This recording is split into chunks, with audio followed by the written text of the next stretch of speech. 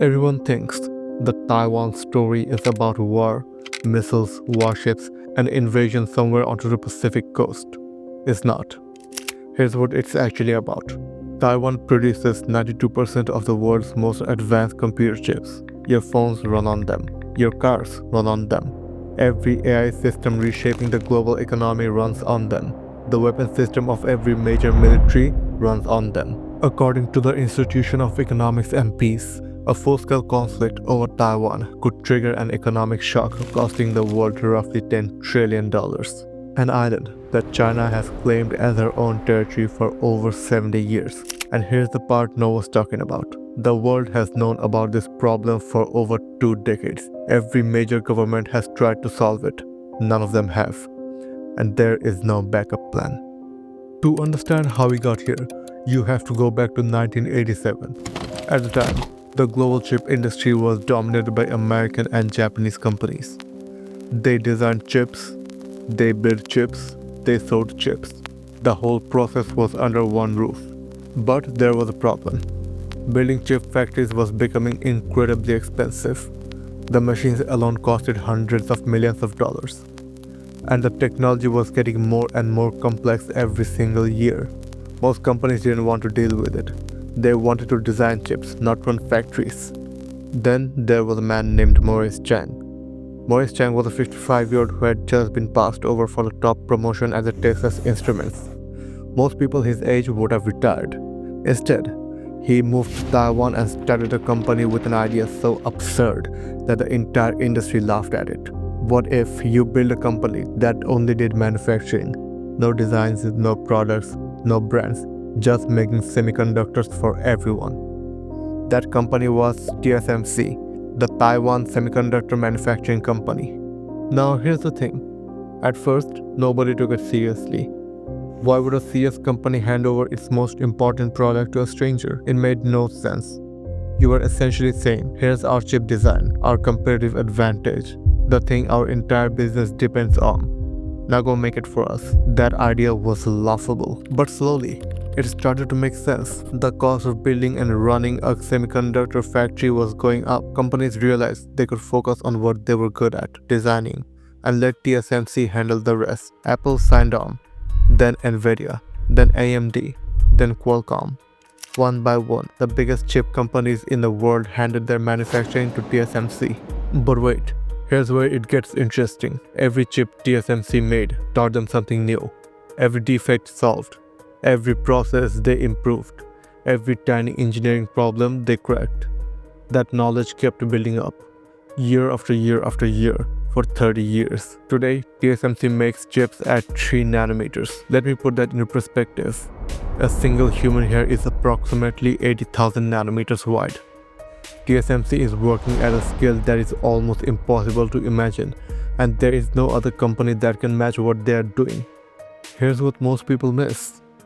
You can build a semiconductor factory. You can buy machines. You can even hire engineers. But you cannot buy 30 years of learning.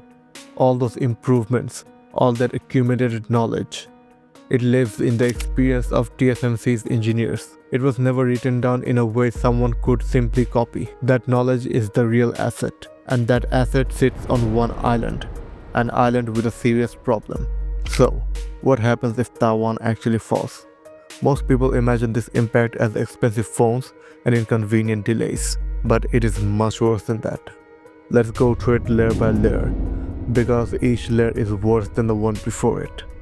One of the first layers are phones, tablets, laptops. Global chip inventory has roughly 6 months of buffer stock after a major supply shock. After that, production stops. You can't replace your device when it breaks. Then eventually you simply can't get one at all. And that's just scratching the surface. Then comes layer 2. Modern cars combine between 1000 and 3000 chips each. Every system, the engine, the brakes, the screens, the safety sensors, all of it runs on chips. In 2021, a relatively minor disruption in the supply chain caused by COVID-19 caused factory closures that cost the global car industry roughly $210 billion in lost productivity. Dealerships sat empty.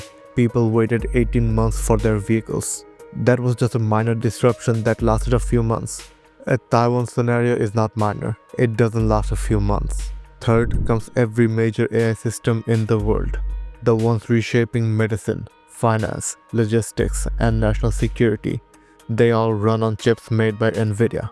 And Nvidia doesn't make its own chips. TSMC does. Without TSMC, there is no new AI hardware. Full stop. The AI revolution every government and corporation is building its future on doesn't slow down. It stops completely. Lastly, the F-31 fighter jet contains hundreds of advanced chips. So do Tomahawk missiles, satellite networks, drone systems, communication infrastructure. The entire technological edge the US military holds over China and Russia depends on continuous access to the advanced chip supply. This is exactly why the Pentagon treats Taiwan as a national security issue, not just a foreign policy preference. Because without chip supply, the entire edge starts to disappear fast. Now here's where most people's thinking stop. They assume the story ends there. China invades, China takes the facilities, China controls the chip supply.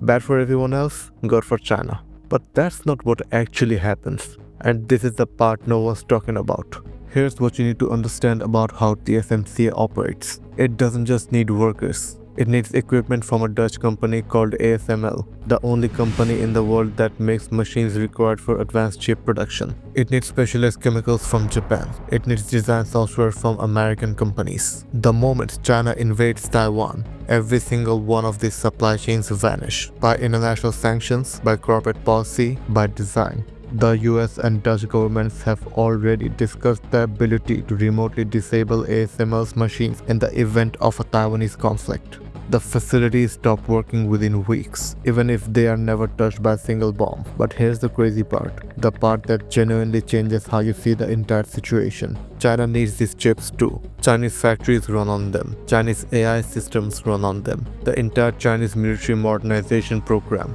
the same program that built the capability to potentially take Taiwan, runs on chips that come from Taiwan. Let that sink in. So, if Taiwan falls, the factories shut down. China doesn't gain control of the global chip supply. It loses access to it, the same as everyone else. Think about it for a second. Taiwan isn't a prize that China wins. It's a hostage that China is holding at gunpoint, while standing directly over the crosshair. So, the question you're probably asking right now is this: why hasn't anyone built a backup? The world has known about this vulnerability for years. It's not a secret. Politicians talk about it, economists talk about it. Every major government has identified it as a critical risk. So why is there still no alternative? And the answer is probably not what you're expecting.